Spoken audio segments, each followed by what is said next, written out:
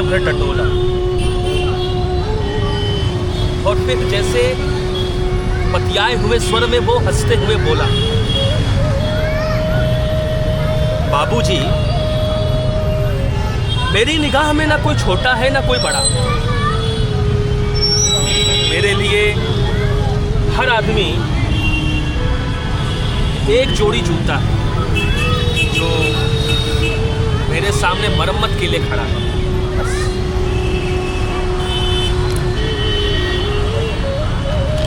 असल बात तो ये है कि वो जो है, जैसा है, जहाँ कहीं भी है, आजकल हर आदमी जूते की नाप से बाहर नहीं है। और मुझे ये ख्याल रहता है कि पेशेवर हाथों और फटे जूतों के बीच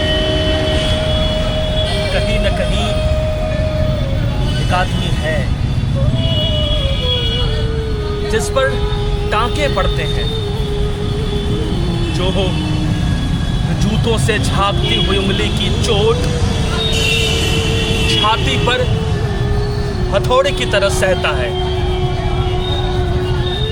यहाँ तरह तरह के जूते आते हैं जो आदमी की अलग अलग नवयत बतलाते हैं। सबकी अपनी अपनी शक्लें हैं, सबकी अपनी अपनी शैली है। मसलन एक जूता है। जूता क्या है?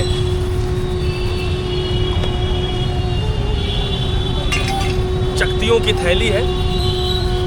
इसे एक आदमी पहनता है जिसे चेचक ने चुग लिया है और उम्मीद को तरह देती हुई एक हंसी है, जैसे टेलीफोन के खंभे पर कोई पतंग फंसी है और खड़खड़ा रही है।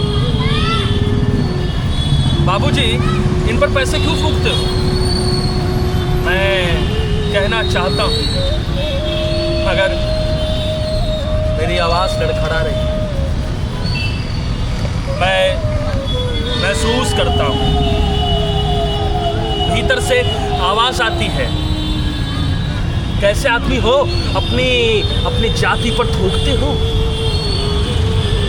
यकीन मानिए साहब, मैं उस वक्त चकतियों की जगह अपनी आंखें ताकता हूँ और पेशे में पड़े हुए इस आदमी को बड़ी मुश्किल से निभाता हूँ। एक जूता और है। इसे पैरों से डांध कर एक आदमी निकलता है सैर को। न वो अक्लमंद है, न वक्त का पाबंद है। उसकी आंखों में लालच है, हाथों में घड़ी है। उसे जाना कहीं नहीं, मगर चेहरे पर बड़ी हड़बड़ी है। वो कोई बनिया है या बिसाती है। रौब ऐसे कि जैसे हिटलर का नाती है। हिस्से बांधो, उसे काटो, वहां ठोको, ऐसे पीटो, जूते को आईना बना दो, चमका दो एकदम।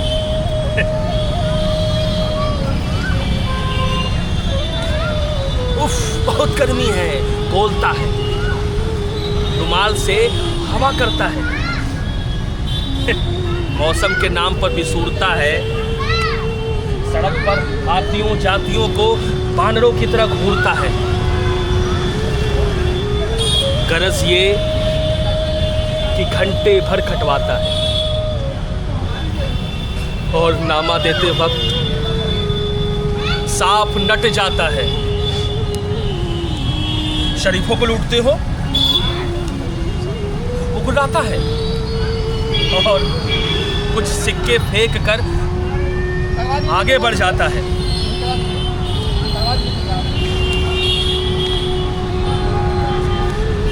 अचानक झुक कर सड़क से उछलता है और पटरी पर चढ़ जाता है।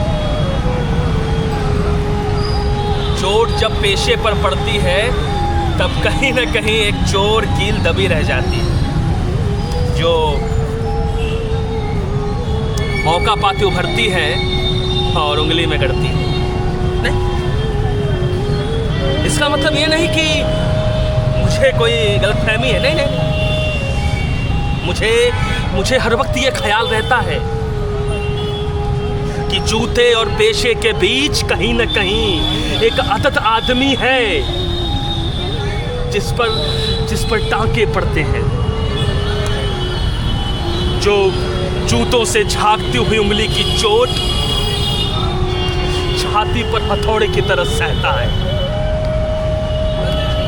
बाबूजी, जिंदा रहने के पीछे असल बात में अगर कोई तर्क नहीं है तो राम नामी बेचकर या वैश्याओं की दलाली करके रोजी कमाने में कोई फर्क नहीं। और यही वो जगह है जहां हर आदमी अपनी पेशे से छूटकर भीड़ का टमकता हुआ हिस्सा बन जाता है। सभी लोगों की तरह भाषा उसे काटती है, मौसम सताता है। अब आप इस वसंत को ही ले लीजिए, दिन में ये तांत की तरह तानता है और पेड़ों पर लाल लाल पत्तों के हजारों सुखतल्ले धूप में सींचने के लिए लटकाता है। आप यकीन करें, इस वक्त कापी की मूठ को हाथ में संभालना बहुत मुश्किल हो जाता है। आंखें कहीं जाती हैं, हाथ कहीं जाता है, मन किसी झुंझलाए हुए बच्चे सा काम पर आने से बार बार इनकार करता है और लगता है कि चमड़े की शराफत के पीछे एक जंगल है जो आदमी पर पेड़ों से वार करता है।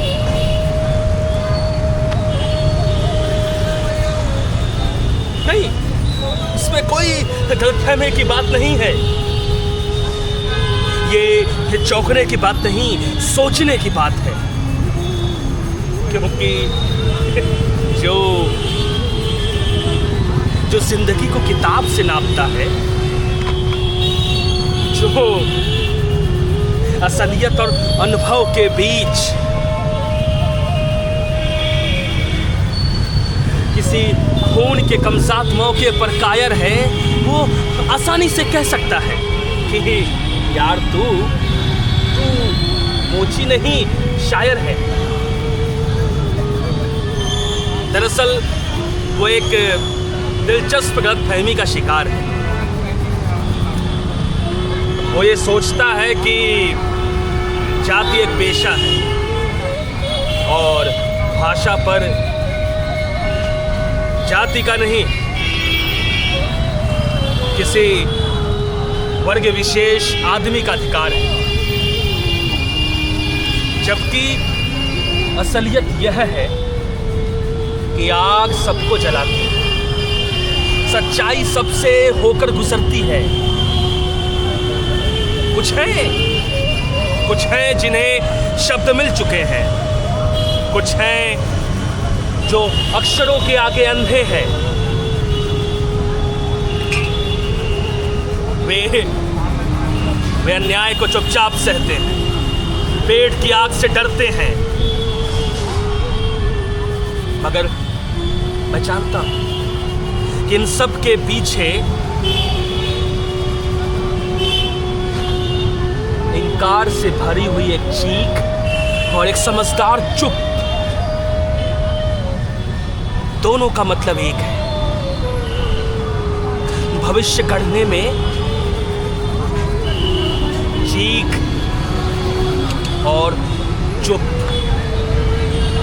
दोनों अपनी अपनी जगह अपनी अपनी किस्म से अपना अपना फर्ज अदा करते हैं।